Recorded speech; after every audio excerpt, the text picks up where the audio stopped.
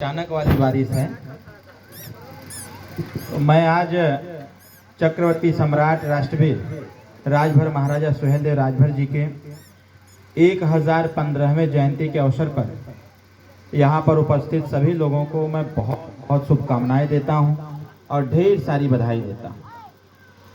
आज का ये दिन ऐतिहासिक दिन है। कहीं न कहीं सिर्फ ये पकड़ी ग्राम सभा में ये जयंती नहीं मनाया जा रहा है। लगभग 21 साल के संघर्षों के बाद महाराजा सुहेलदेव राजभर जी की जयंती आज पूरे दुनिया में मनाई जा रही है। वो चाहे प्रधानमंत्री जी हो, चाहे राष्ट्रपति हो, चाहे मुख्यमंत्री हो, चाहे कोई हो, हर जगह पर महाराजा सुहेलदेव राजभर जी की जयंती मनाई जा रही है। आज के ही दिन महाराजा सुहेलदेव राजभर जी जन्म लिए थे अंबेडकर नगर के सुरहुरपुर ग्राम सभा में, जहां आज सुरहुरपुर में किला भी है। और राजा सुहेलदेव राजभर जी 18 साल की ही अवस्था में राजा बन गए थे। अभी मूर्ति यहां पर स्थापित किया गया है। इस मूर्ति को देखने के बाद या फिर जो चित्रों में मूर्ति दिखती है, चित्रों की मूर्ति को देखा जाए या फिर ऐसे मूर्ति जो स्थापित करते हैं देखा जाए तो पता चलता है वो अपने आप बोलने लगता है। क्योंकि इतिहास दबाने वाले लोग बहुत प्रयास किए कि राजभर समाज का इतिहास खत्म कर दिया जाए, इनकी चर्चा न हो पावे, इनका कोई लिखा हुआ किताब न मिल पावे। इस देश के इतिहासकारों ने ही हमारे इतिहास को समाप्त कर दिया था। लेकिन मैं धन्यवाद देता हूं आप सभी लोगों को। मुझे बताया गया कि 1982 से प्रयासरत हैं यहाँ पर मूर्ति स्थापित करने के लिए, 1989 से। और 1989 से लगातार इस गांव के लोग यहाँ पर ये मूर्ति स्थापित करने का प्रयास कर रहे थे। और 1989 के से संघर्ष करते करते 2024 में आज जाकर के मूर्ति स्थापित हुआ। इसके लिए मैं आप सभी लोगों को ढेर सारी बधाई, ढेर सारी शुभकामनाएं देता हूँ। इसमें जिन लोगों का योगदान है उन समस्त लोगों को भी मैं बहुत बहुत धन्यवाद देता हूं, ढेर सारी बधाई देता हूं।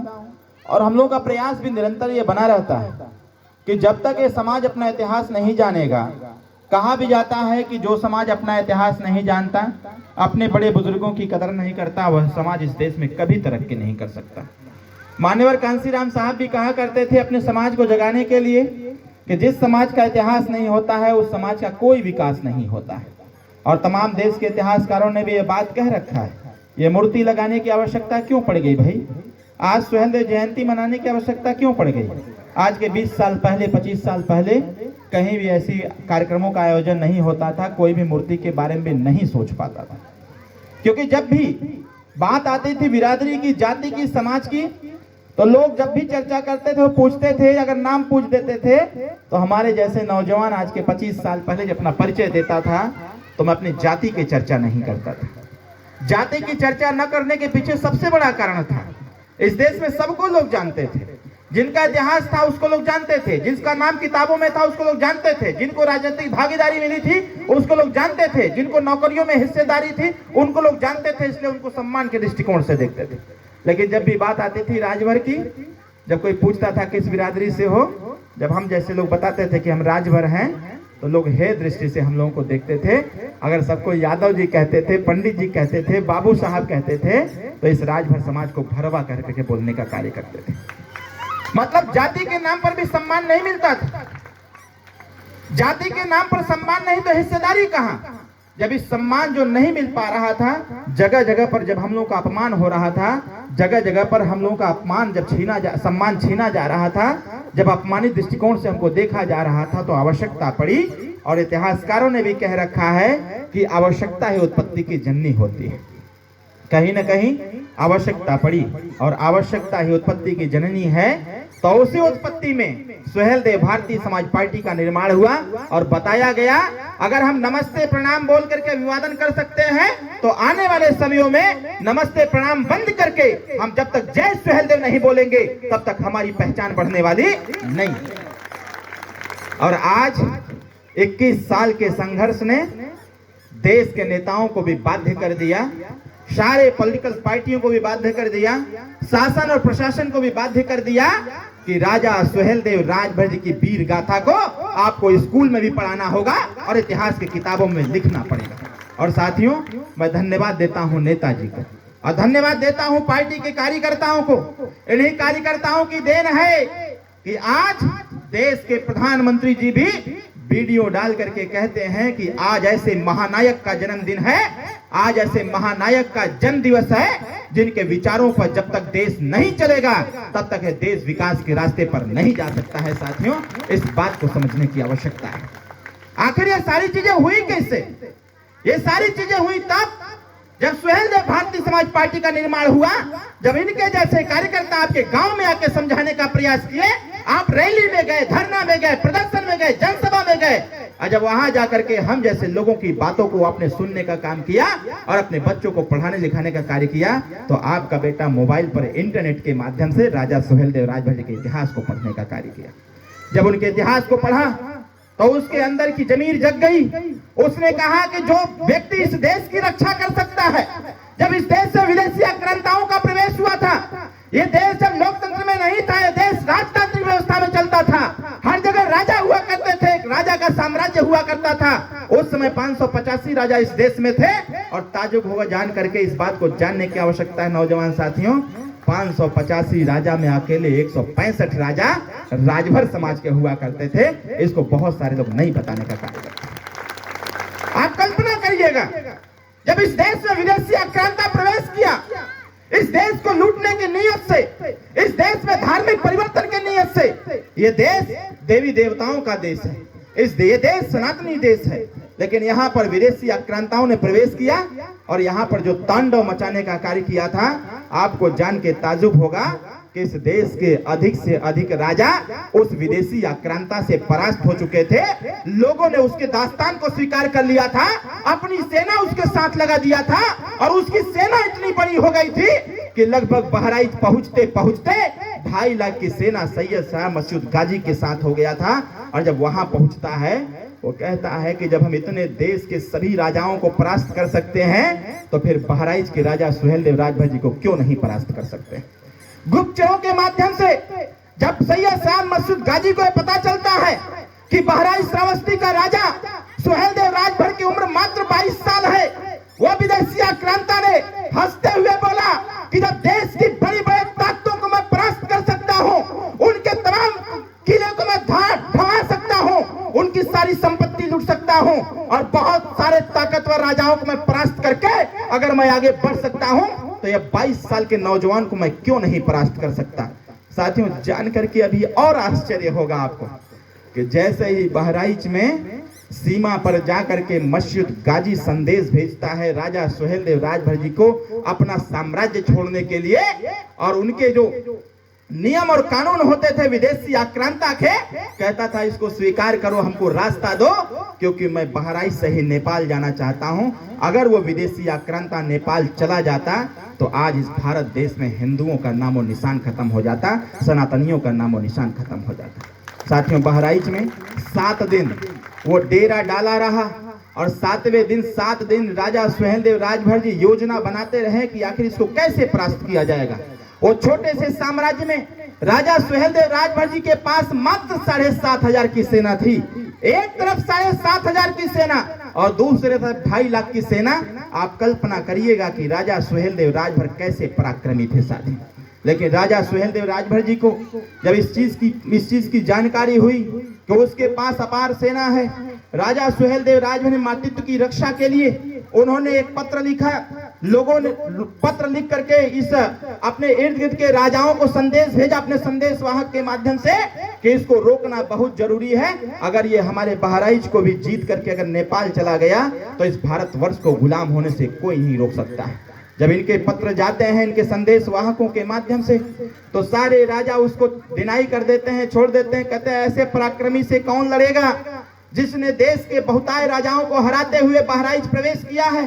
सारे लोगों ने पैर अपना कदम पीछे हटा लिया, कहा कि राजा सुहेलदेव जी का राज्य है, अपने राज्य के बारे में समझे, हमें मसूद गाजी के हाथों सर कलम नहीं होना है। साथियों, राजा सुहेलदेव राजभर विवश हो जाते हैं और विवश होकर के वो जो जंगलों में रहने वाले कबीले होते हैं, 21 कबीलों के सरदार को बुलाते हैं और उन्हीं कबीलों से कहते हैं कि आप एकता का परिचय दो। अगर इस बहराइच से गाजी अगर प्रवेश करके नेपाल चला गया तो भारतवर्ष को कोई नहीं बचा सकता है। राजा सुहेलदेव राजभर जी की बात को सुन करके 21 कबीले के लोगों ने इकट्ठा हुआ, 12,500 की सेना बनाई और 12,500 की सेना लेकर के नानपाड़ा के मैदान में 2.5 लाख सेना से राजा सुहेलदेव राजभर भिड़ गए। यही राजा सुहेलदेव राजभर है जिनके पास एक घोड़ा था, उस घोड़े को कभी लगाम नहीं लगाया गया था। वो घोड़ा राजा सुहेलदेव राजभर के दिल और दिमाग से चलने का कार्य करता था। वो घोड़ा राजा सुहेलदेव राजभर जी जो सोच लेते थे उसको कर गुजरता था। और राजा सुहेलदेव राजभर जी के एक हाथ में 80 किलो की तलवार और दूसरे हाथ में एक भाला हुआ करता था। इसी भारतवर्ष में शब्दभेदी बाण चलाने का ज्ञान भगवान राम जी के पिता दशरथ जी को था, पृथ्वीराज चौहान। लेकिन इधर राजा सुहेलदेव जी को भी पता था, लेकिन इसके बारे में कोई साक्ष्य और प्रमाण नहीं दिया। सारे इतिहासकारों ने सब कुछ ध्वस्त कर दिया।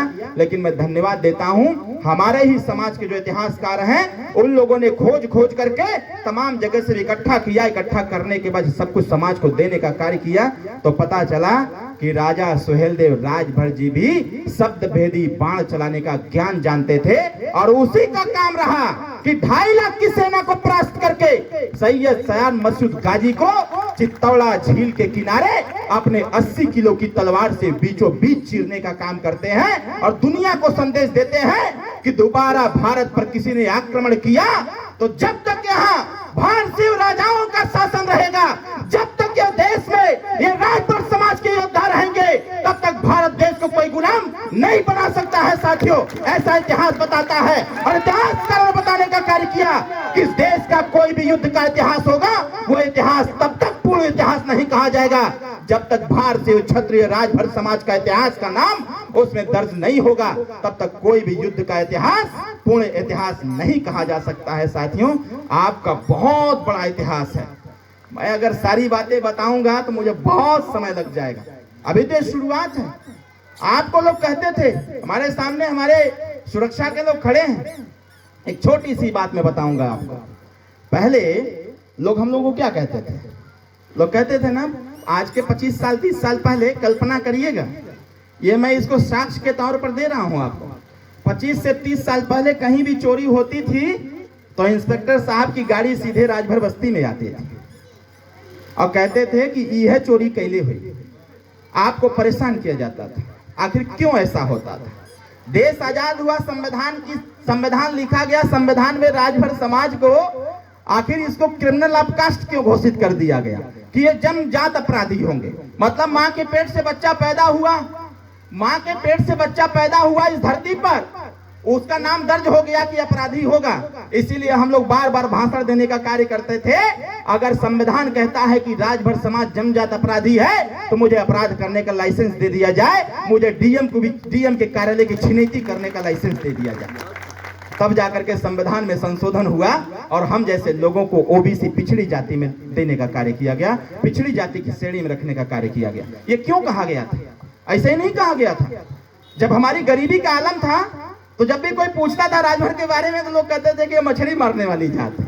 कहते थे नहीं कहते थे? यहाँ हमारे वरिष्ठ लोग हैं, आप लोग बताइए।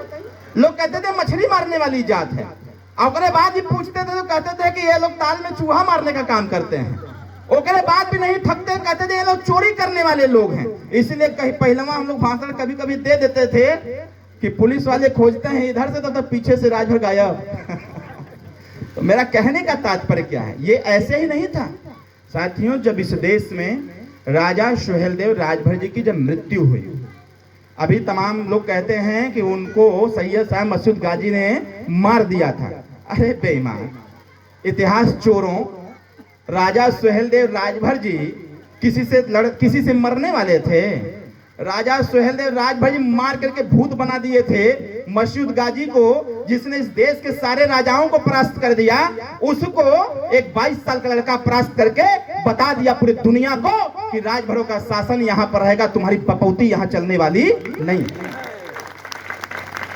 और कुछ इतिहासकार कहते हैं कि मसूद गाजी ने मार दिया था। लेकिन आप जरा इतिहास को देखिएगा, ये चोर इसी प्रकार से नहीं कहा गया था, लुटेरा इसी प्रकार से नहीं कहा गया था। जब आप राजा सुहेलदेव राजभर जी की मृत्यु हो गई, हमारे साथ धोखा किसी विदेशी ने नहीं किया, हमारे साथ धोखा यही के लोगों ने किया। धोखा किसी विदेशी ने नहीं किया था, दिमाग से निकाल दीजिएगा। हमारे साथ धोखा यही के लोगों ने किया और परंपरागत तरीके से। अभी हमारे नेताजी गाना गा रहे थे, कांग्रेस ने धोखा दिया, बसपा ने धोखा दिया, सपा ने धोखा दिया। उसी प्रकार से उस समय इसी देश के राजाओं ने हमको आपको धोखा दिया, तब जाके हम गरीबी की आलन में हो गए। नहीं तो हमारी बहनें माताएं रानी की हैसियत में रहती थी, हमारे नौजवान राजकुमार हुआ करते थे। जिसने इस धरती पर 350 साल तक शासन किया हो, 100 शौचालय के तरस गया है साथियों। इस बात को समझने की आवश्यकता है। ये पार्टी बना करके ऐसे नहीं घूम रहे हैं हम लोग।